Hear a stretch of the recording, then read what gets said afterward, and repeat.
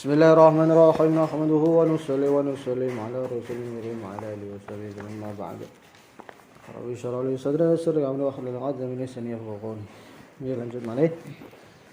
Kemarin dalil ada dua ya, nakli, akli.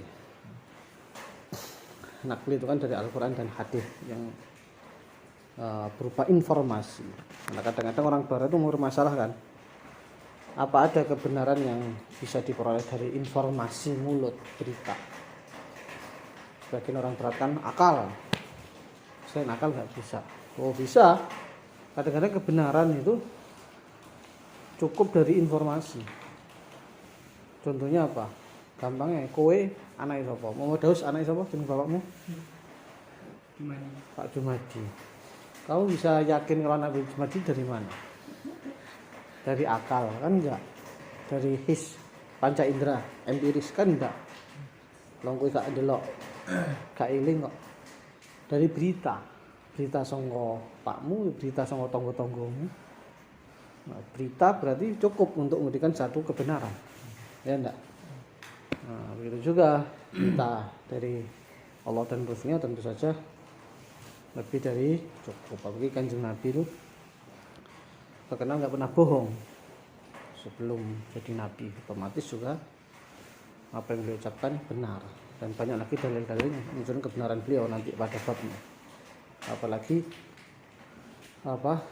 sistem pembawaan berita dalam Islam itu sangat luar biasa yang dirangkum dalam ilmu riwayat, ilmu sanad atau ilmu hadis. Nih lanjut ya. Bismillahirrahmanirrahim. Wa qawluna fi sam'i wal basari al muta'alliqani bi jami'il mawjudat ay yankashifu bi sam'i ta'ala wa basari jami'il mawjudat qad kanat aw hadithatan wa laysa ka sam'il makhluq alladhi yahtassu 'adatan ta'alluquhu bil aswat wa la ka basari al makhluq alladhi yata'allaqu 'adatan bil ajsa wal alwan wal akwan. Kemarin sudah dibahas ya bahwa ta'alluqnya basar dan sama seluruh mawjudat. Bukan seperti manusia yang samanya hanya untuk masmu'at, bahkan dibatas lagi suara. Suara pun enggak semua suara. Sebagian suara dengan syarat-syarat tertentu, dengan alat-alat tertentu. Penglihatannya juga sama, tidak seperti makhluk. Makhluk pakai mata, pakai ini, pakai itu, terbatas dan lain sebagainya. Yang dilihat juga hanya jism, hanya bentuk, warna. Tapi kalau Allah seluruh maujudat bisa dilihat oleh Allah. Wa burhanu umumi ta'alluq li sam'i ta'ala wa sari annahu sahih ta'alluq ma inma huwa al-wujud wa law ta'allaqa bi ba'd al-mawjudat duna ba'd al-afqar al-khassis fa yakunani hadithaini. Ngapa kok ta'alluqnya harus seluruhnya, tidak sebagian? Karena nek ta'alluq ke sebagian mawjudat, Allah hanya melihat benda. Kalau tidak benda tidak bisa dilihat. Atau hanya melihat yang hadis, yang qadim tidak bisa umpama. Berarti ada pemilihan di sini. Ada yang terlihat, ada yang tidak. Ada yang terdengar, ada yang tidak. Berarti ada yang kena taksis. Kalau kena taksis ini sama basor, berarti hadis. Ini kullu mukhassas, setiap yang kena taksis itu mukhassis, berarti itu hadis.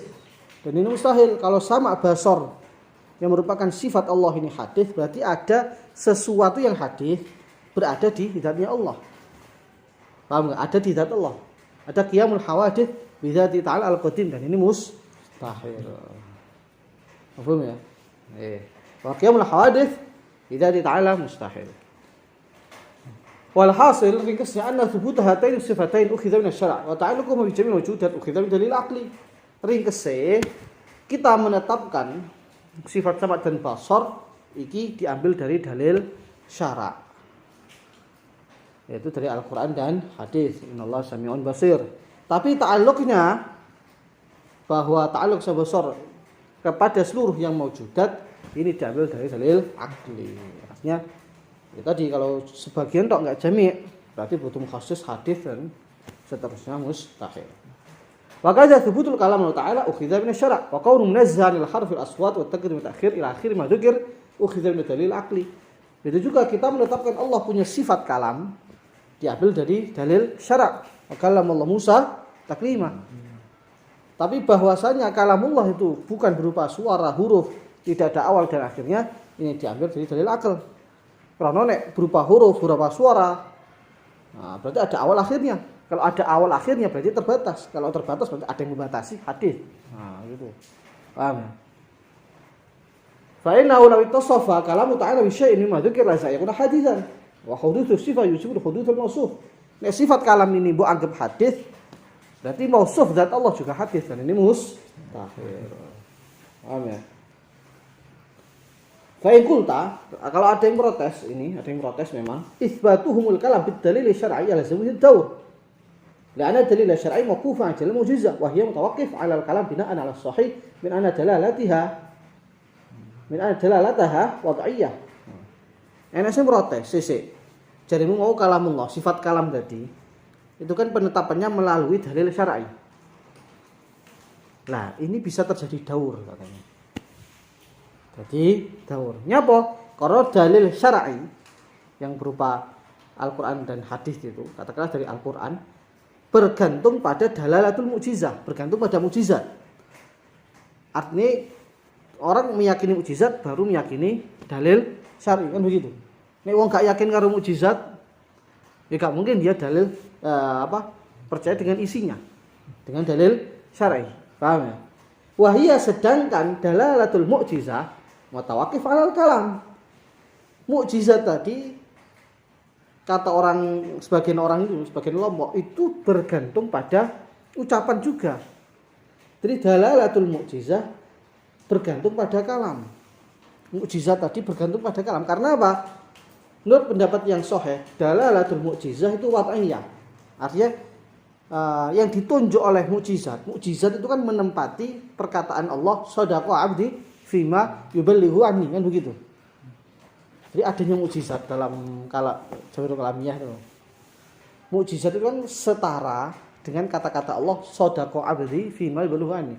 Hambaku wis bener dengan apa yang dia sampaikan. Kayak wingi tak kayak contoh lho ning kowe utusane sapa? Aku utusane Daus. Daus nyuruh gini. Apa yang bisa saya percaya dari kamu?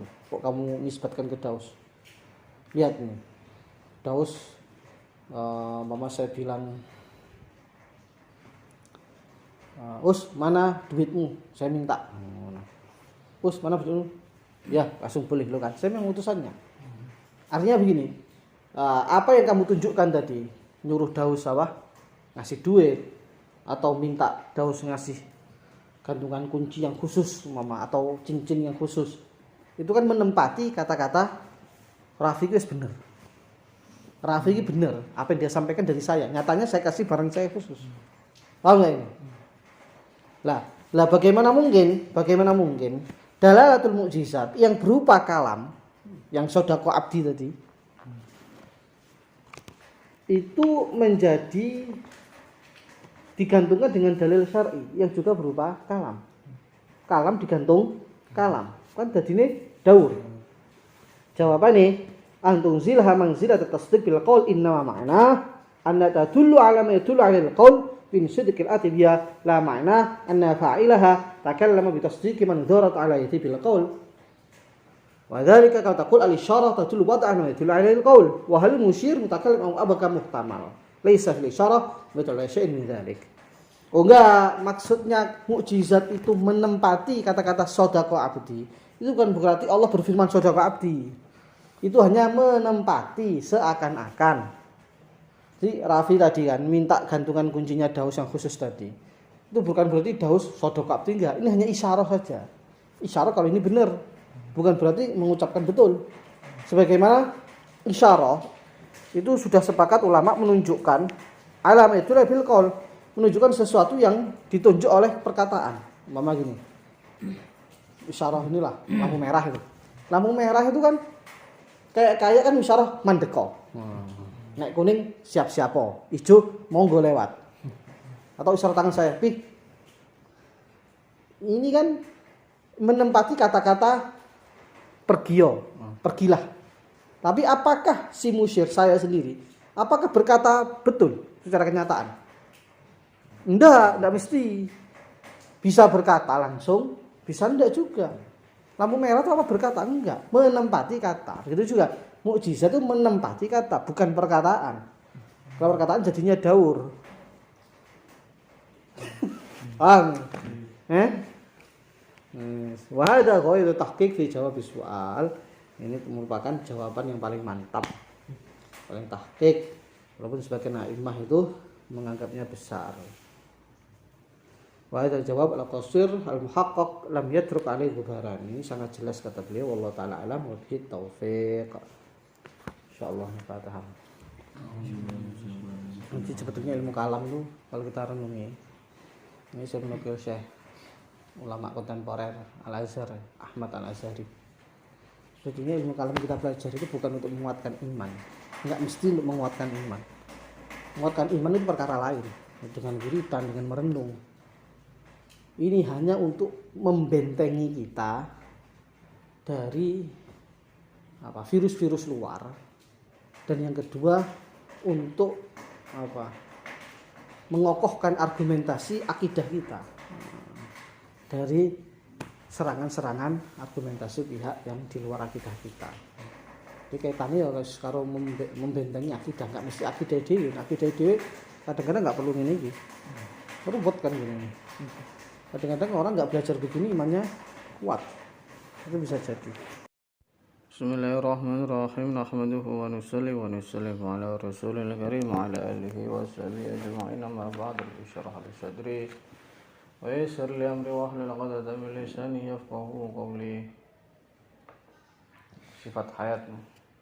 Bismillahirrahmanirrahim. Wa yajibu lahu ta'ala hayal istikhalatu sifat sabiqah biduniha. Sifat ma'ani berikutnya yaitu sifat hayat. Mengapa sifat hayat itu harus wajib akli?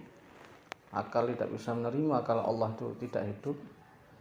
Sebab wujudnya sifat-sifat yang sebelumnya, yaitu sifat qudrah, iradah, ilmu, kalam, itu mustahil tanpa hayat. Kalau definisi lain, sifat hayat itu sifat tusahhihu al-ittisaf bil ilm wal qudrah ila akhirih. Atau sifatun tujibu sihhatal ittisaf bil ilm wal qudrah. Artinya sifat hayat itu sifat yang menjadikan zat itu layak untuk punya sifat qudrah, ilm dan iradah. Akal gak bisa bayangkan ada zat yang berkuasa, yang punya kekuasaan, punya kehendak, punya ilmu, punya kalam, kemudian tidak hidup. Mustahil. Nah kalau Ba'dul Mujassimah, bukan Ba'dul Mujassimah ya, semua Mujassimah, orang-orang yang suka menyerupakan Allah dengan makhluk, kata Syekh Said Faudah, itu punya keyakinan lucu. Mereka meyakini bahwa ma la yakunu mutaharrikan bahwa mayyit. Perkara ini gak gerak berarti mati. Artinya maka mewajibkan jenenge urip iki ya mesti bergerak. Sehingga Tuhan ini bergerak. Munggah mudun ngono kae. Jadi nek sepertiga malam akhir ya mudun saka arus ning donya. Tentu saja ini keyakinan yang batil. Keyakinan yang batil. Banyak kok perkara yang diam ya hidup. Artinya gerak sama hidup itu tidak ada kaitan lazimnya. Ada kaitan yang mengikat itu tidak ada. Kuwi ngono dia ngiasno namane jadisem. Nek keyakinan ini dipegang ini bahaya. Engko suwe dhek ngomong jenenge urip yo mesti ana banyune, ana getene, eneng awake. Ning donya kan ngono, jenenge wong urip menungso. Ana aliran darahe, eneng daginge, tulange. Lah Tuhan jadi koyo ngono akhire. Mosok koyo ngono. Lah kan enggak. Jangan mengiaskan makhluk kepada Khalik. Kalau makhluk ya hidup ya kudu ngono, kudu ngene. Tapi nek Tuhan itu karena laisa kamitslihi syai', maka tidak bisa dikiaskan dengan hawadits. Ngapun ya? Nggih. Gerak dan diam itu ciri khas daripada jirem. Benda di alam semesta hawadits, sedangkan Allah laisa kamitslihi syai', tidak seperti hawadits. Ngapun ya? Muraduhu bisifati sabiqa al-qudrah ma dzakara wa ma dzukira ba'daha ila al-kalam. Wa inna kulla wahidin min hadhihi sifat yastahilu wujuha li ghairil hayy. Maksudnya sifat sabiqah di matan tadi apa? Maksudnya yaitu sifat qudrah, iradah, ilmu sampai kalam. Sama basar termasuk. Sebab setiap sifat-sifat ini, qudrah, iradah dan seterusnya mustahil wujud kepada zat yang enggak hidup. Zat mati tapi isok duwe ilmu, duwe kehendak. Nah, ini mustahil. Walihadza maka karena inilah karena qudrah iradah mustahil wujudnya li ghairil hayy. Ya dzikiral hayya ila hadzal mawdi' wa huwa min babi ta'khir madlul 'ad dalil. Maka sifat hayat diakhirkan karena yang sebelum-sebelumnya tadi itu butuh pada hayat. Ini termasuk dari bab mengakhirkan madlul dari dalil. Jadi artinya apa? Qudrah iradah itu dal menunjukkan bahwa zat itu hidup. Madlulnya itu hayy diakhirkan. Wa ila fa hiya min jihati anna syaratun fi tilka sifah muqaddamah fi zat 'alaiha bi tawaqqufi wujudil masyru' wujudi syartihi. Kalau bukan bab madlul dalil seharusnya hayat itu ya ditaruh depan. Karena itu syarat qudrah iradah itu kudu enek hayat, mestinya ning ngarep. Tapi karena ini ingin masuk dalam tema takhirul madlul anid dalil, akhirnya sifat hayat diakhirkan. Paham ya? Min haitsu annahu madlul diakhirkan, tapi min haitsu annahu syartun seharusnya di depan. Bebas lah kowe ate mengedepankan hayat monggo, kate mengakhirkan hayat juga monggo. Sebab kenapa? Ila ada tawakkuf huna tawakkuf ma'iyah la tawakkuf taqaddum. Karena di sini bahwa qudrah itu harus ada hayat, itu tawakufnya di sini tawakuf bukan urutan. Maksudnya bukan kok sifat Allah hayat dulu, kemudian iradah, kemudian ilmu, kemudian iradah, kemudian enggak. Kalau ada urutan berarti ada awal ada akhir. Berarti terbatas. Berarti Allah hadir. Ta'ala zalik kan enggak begitu itu. Ini maksudnya iki yo ma'iyah, artinya kabeh qadim. Hayat qadim, qudrah qadim, iradah qadim. Apalagi ilmu juga qadim, tidak ada urutannya. Paham ya? Ini sifatul maulana jalla wa ala kullu azaliyah karena kabeh azali qadim yastahil taqadduma ba'da ba'din mustahil sebagian sifat mendahului sifat yang lain dalam wujudnya. Billahi at-taufiq. Berarti selesai ya. Sifat ma'ani sudah 7 ya. Qudrah, iradah, ilm sama basar, kalam, hayat. Sifat salbiyah juga sudah, qidam, baqa, mukhalafah, haditsi, ya mufsihi, wahdaniyat, ada 5. Oke. Habis ini kita akan membahas sifat mustahil. Lalu sifat ma'nawiyah bagaimana Pak? Sifat ma'nawiyah. Sifat ma'nawiyah tidak disebutkan oleh beliau karena ya sifat yang otomatis. Nek qudrah ya otomatis qadir. Itu talazum lazimnya, lawazimnya. Artinya nek kita menetapkan iradah ya otomatis murid. Nek kita menetapkan ilm ya otomatis aliman. Yang kedua memang sifat ma'nawiyah khilafiyah, ada menetapkan ada yang tidak. Tapi yang jelas kita harus meyakini sifat-sifat ma'ani. Apa ini? Nih. Kalau sifat ma'nawiyah ada mengatakan tidak ditetapkan. Sing penting aja diingkari gitu. Nek kowe sampe ngingkari Allah enggak qadir, Allah enggak sami ya kafir. Tapi apakah ada sifat kaunuhu qadiron, kaunuhu muridan, yaitu khilafiyah. Nih. Karena ma'nawiyah itu kan hal sifat antara wujud dan tidak wujud. Nah, sebagian ulama itu menetapkan adanya hal. Jadi memang ada perantara antara wujud dan tidak wujud, antara ada dan tiada. Tapi ada sebagian ulama enggak ada perantaranya. Perkara yo wujud, wiru wujud. Dari mujud karo makdum, tidak ada tengah-tengahnya. Nah, yang menetapkan ada tengah-tengah berarti menetapkan maknawiyah. Kalau yang tidak menetapkan tengah-tengah tadi hal, berarti tidak menetapkan maknawiyah. Tapi tidak menetapkan bukan berarti mengingkari.